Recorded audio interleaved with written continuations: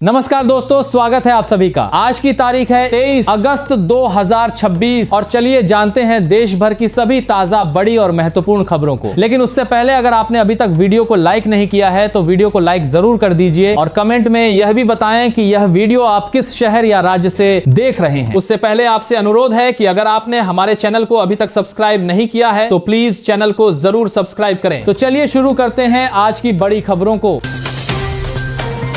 LPG supply को लेकर सरकार ने बड़ा कदम उठाया है। पेट्रोलियम और प्राकृतिक गैस नियामक बोर्ड ने करीब 1800 किलोमीटर नई एलपीजी पाइपलाइन बनाने की मंजूरी दी है। इस प्रोजेक्ट पर करीब 7000 करोड़ रुपए खर्च होंगे और पाइपलाइन को तेलंगाना, महाराष्ट्र, उत्तर प्रदेश, उत्तराखंड, कर्नाटक और गोवा से जुड़ेगी। प्रोजेक्ट पूरा होने के बाद देश का अधिकृत एलपीजी पाइपलाइन नेटवर्क करीब 7700 किलोमीटर से बढ़कर 9500 किलोमीटर हो जाएगा। इससे एलपीजी को लंबी दूरी तक सड़क से ले जाने की जरूरत कम होगी और सप्लाई ज्यादा सुरक्षित और भरोसेमंद हो सकेगी।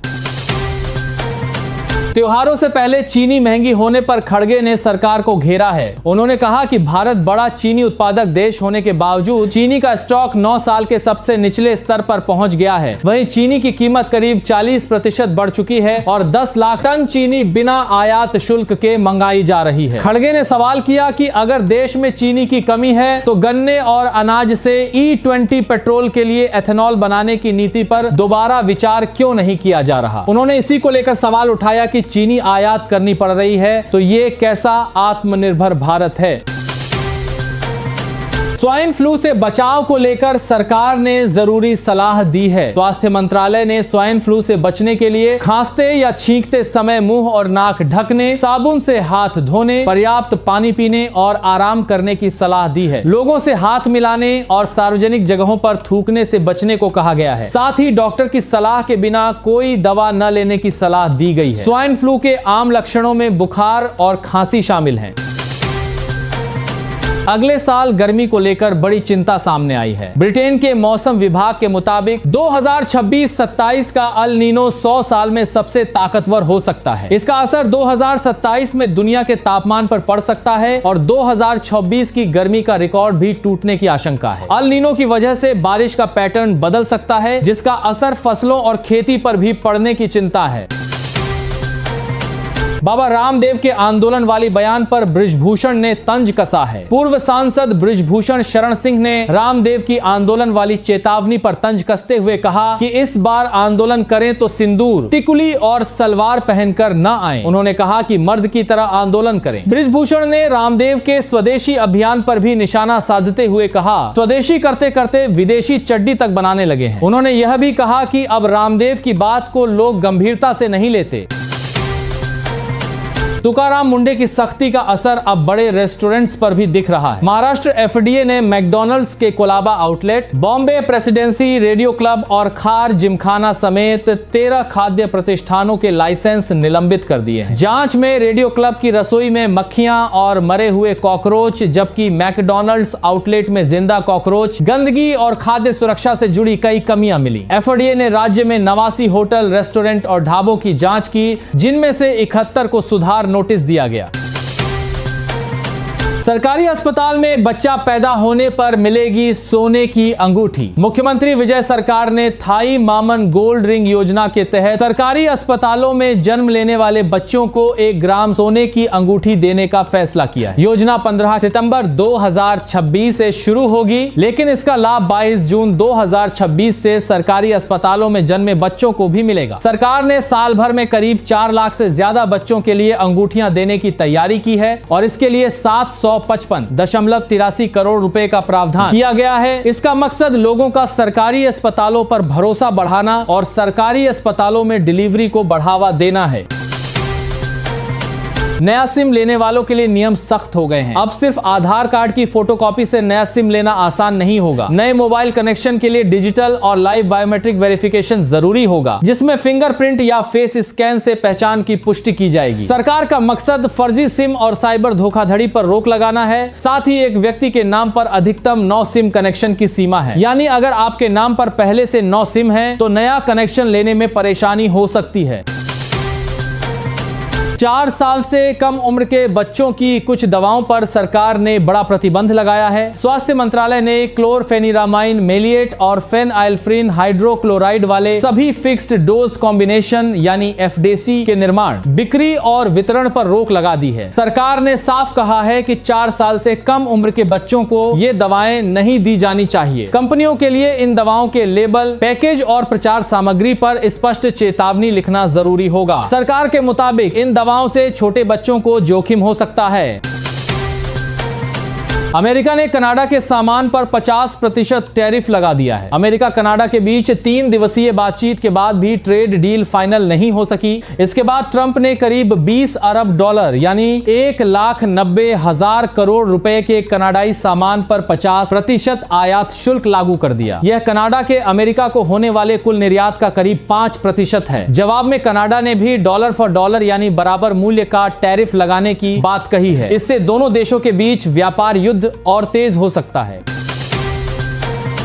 डीएमके के सभी 59 विधायकों ने सरकारी कार लेने से इनकार कर दिया। मुख्यमंत्री विजय ने राज्य के सभी 234 विधायकों को सरकारी कार देने की घोषणा की थी। साथ ही ड्राइवर, ईंधन और रखरखाव के लिए 1 लाख रुपए महीने की सुविधा देने की बात कही थी। अब डीएमके के नेता उदयनिधि स्टालिन ने ऐलान किया है कि पार्टी के सभी 59 विधायक सरकारी कार नहीं लेंगे। उन्होंने कहा कि जब राज्य पर कर्ज है तो सरकार को अनावश्यक खर्च कम करना चाहिए और सरकारी कार सिर्फ जरूरतमंद और आर्थिक रूप से कमजोर विधायकों को दी जानी चाहिए।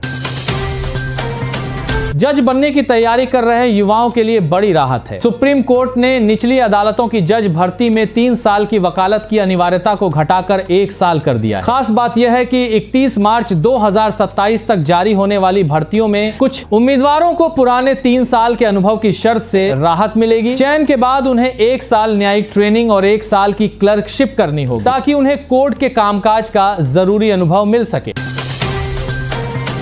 महाराष्ट्र में जेएनजी युवाओं को जोड़ने की नई रणनीति बनाई जा रही है। बीजेपी सरकार का फोकस अब इंस्टाग्राम रील्स और युवाओं से जुड़ी योजनाओं पर है। मुख्यमंत्री देवेंद्र फडणवीस ने अधिकारियों और मंत्रियों से युवाओं की समस्याओं को प्राथमिकता देने को कहा है। सरकार छात्राओं के लिए 2,000 रुपए मासिक पॉकेट मनी, युवाओं के लिए स्वास्थ्य सुविधाएं और जेएनजी को ध्यान में रखकर मराठी फिल्मों को बढ़ावा देने जैसे कदम उठा रही है। इसके अलावा युवाओं को इंस्टाग्राम रील्स के जरिए सरकारी अभियानों से जोड़ने की भी तैयारी है।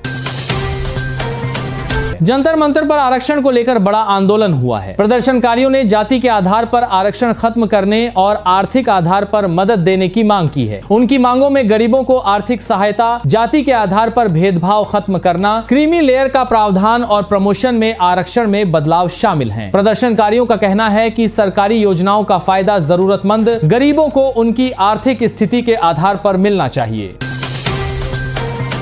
मराठी नहीं आने पर मुंबई के ऑटो ड्राइवरों की परेशानी बढ़ गई है। महाराष्ट्र में ड्राइवरों की भाषा जांच के दौरान 8,217 ड्राइवरों का टेस्ट हुआ, जिसमें 1,268 को नोटिस दिया गया। इजहार मोहम्मद ने बताया कि उनके कई साथी कार्रवाई के डर से ऑटो बंद करके घर बैठ गए हैं। उनका कहना है कि अब उन्हें काम जारी रखने के लिए प्राइवेट ट्यूशन लेकर मराठी सीखनी पड़ेगी। नियमों का पालन नहीं करने पर ड्राइवरों के बैज और लाइसेंस पर भी कार्रवाई हो सकती है।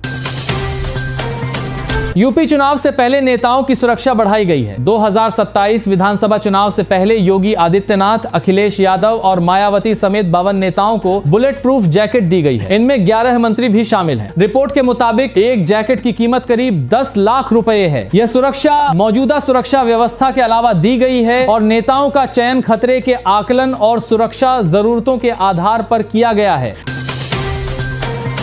बीजेपी ने जेएनजी युवाओं के लिए खास टीम बनाई है। पार्टी ने युवाओं से सीधे जुड़ने के लिए जेएनजी आउटरीच प्रोग्राम की टीम बनाई है। इसमें बीजेपी अध्यक्ष नितिन नबीन, स्मृति ईरानी, विनोद तावड़े, गुजरात के मंत्री हर्ष सांघवी और छत्तीसगढ़ के मंत्री ओपी चौधरी समेत कई नेता शामिल हैं। यह टीम देश भर में युवाओं से सीधा संवाद करेगी और उनकी समस्याओं और उम्मीदों को समझने पर फोकस करेगी। पार्टी का लक्ष्य युवाओं के साथ लंबे समय तक सीधा संपर्क मजबूत करना है। मोबाइल फोन को लेकर सरकार ने बड़ी योजना शुरू की है। मोबाइल मैन्युफैक्चरिंग स्कीम 2 के तहत सरकार देश में मोबाइल और उसके जरूरी पार्ट्स का उत्पादन बढ़ाना चाहती है। योजना के लिए 62,500 करोड़ रुपए रखे गए हैं। कंपनियों को उत्पादन के हिसाब से 2.25% से 5% तक इंसेंटिव मिलेगा। सरकार का फोकस मेमोरी चिप और दूसरे जरूरी कंपोनेंट देश में बनाने पर भी है, ताकि आयात पर निर्भरता कम हो और मोबाइल की सप्लाई मजबूत हो।